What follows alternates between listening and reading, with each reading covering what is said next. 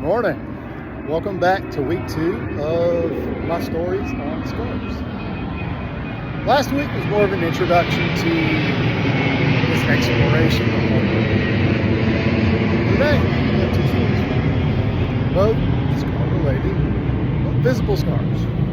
We've got the scars that you can see and the scars that you can't. So this is 2 pretty significant scar stories for me. First, one of my earliest scar memories. I was probably 6 years old. I have a twin brother, for those of you that don't know, and what do you do when you put 2 6-year-old boys together? You're gonna have a good time. Well, my brother had always had a fascination of flight. Airplanes, helicopters, hot air balloons, birds, anything that could fly. And he had aspirations of flying. I think we all do, right? We're all fans of Peter Pan. And my brother took it to an extreme. So one of the funniest things we could do was take a belt, spin it above your head as fast as you can, right? Just with that childhood belief that you can lift off the ground, right? That imagination is amazing. It's my first scar story. So we were in our bedroom learning to fly, and he's whipping this belt around his head as fast as he can. You know, the belt clasping against the air, making the sounds that we love to make doing that. This guy walks right into the belt buckle, catches me right here on my lip at 6 years old. Devastating, right? Emergency room visit, surgery to repair my lip, extremely painful and expensive lesson learned that we're not meant to fly that way. It's faded now, you can't even see it. Of course, I have a mustache that covers it, but anytime I get near a helicopter now, I like to duck, right? Expensive and painful lesson learned. That's a fun one. That's me having fun with my brother and exploring reality.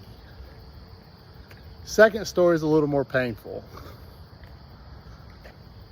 When I was 16, I knew I was different. Several ways. It's when I started to understand depression and darkness and loneliness, because I knew that I thought differently than others. I like to question a lot of things. I remember as a young teenager questioning religion and questioning sexuality, right?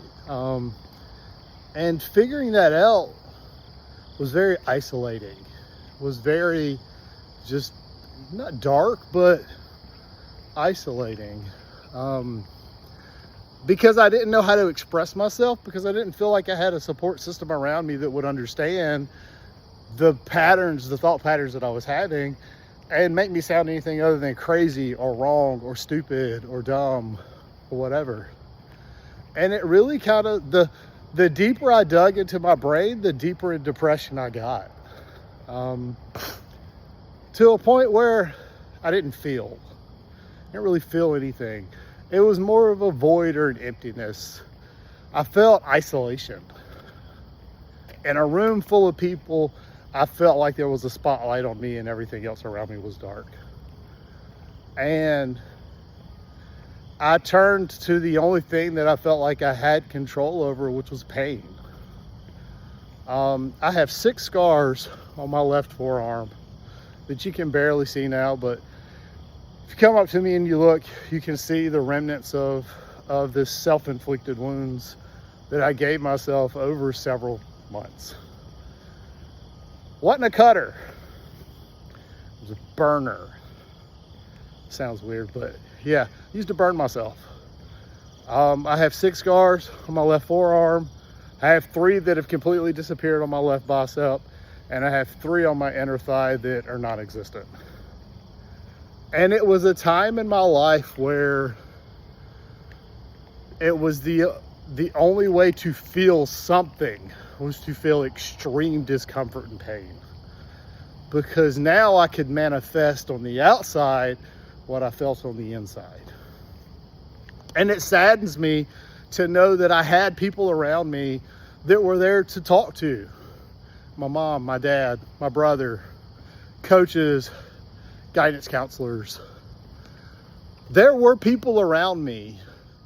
I didn't know how to have the conversation because of all the lessons we learn in school. There's no lesson that teaches you how to have these types of conversations with people to where you're not going to feel ostracized, because the society around me said that everything that I was feeling was wrong.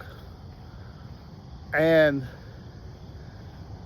that was isolating because I didn't have those mentors around me. I didn't have those idols around me because the things that I thought weren't what I was seeing. And I wasn't seeing it on TV. I wasn't seeing it in my community. So I really felt alone. And to get out of my head, I had to get into something that I could control. And unfortunately, it was pain. Pain and depression.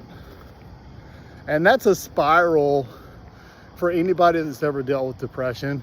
It's just one that keeps going down and down and down and down. I'm fortunate and very blessed and just lucky enough that I had a couple of people that saw something was different and they started asking questions. And here I am today. So I think the significant lesson learned here is whether you feel alone or not, I mean, it's regardless. You might feel like you're alone, and I promise you, you're not. I promise you, you're not the only one that's ever gone through or will go through the things that you're going through. And that's why I think it's important to share these stories so that one person can hear your story and see where you are and see where you've come from and know that there's hope. And maybe reach out to you for guidance, for help, for clarity would be a good one. So I think sharing our stories of vulnerability and pain becomes a superpower. And you have to take a hold of that and you have to put it out there in the world so that others can see that there is light at the end of the tunnel, that the darkness that they're going through is only temporary.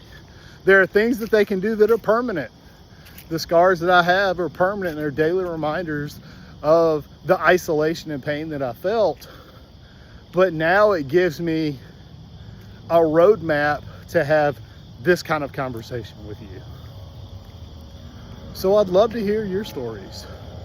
What is one of the funniest scar stories that you have?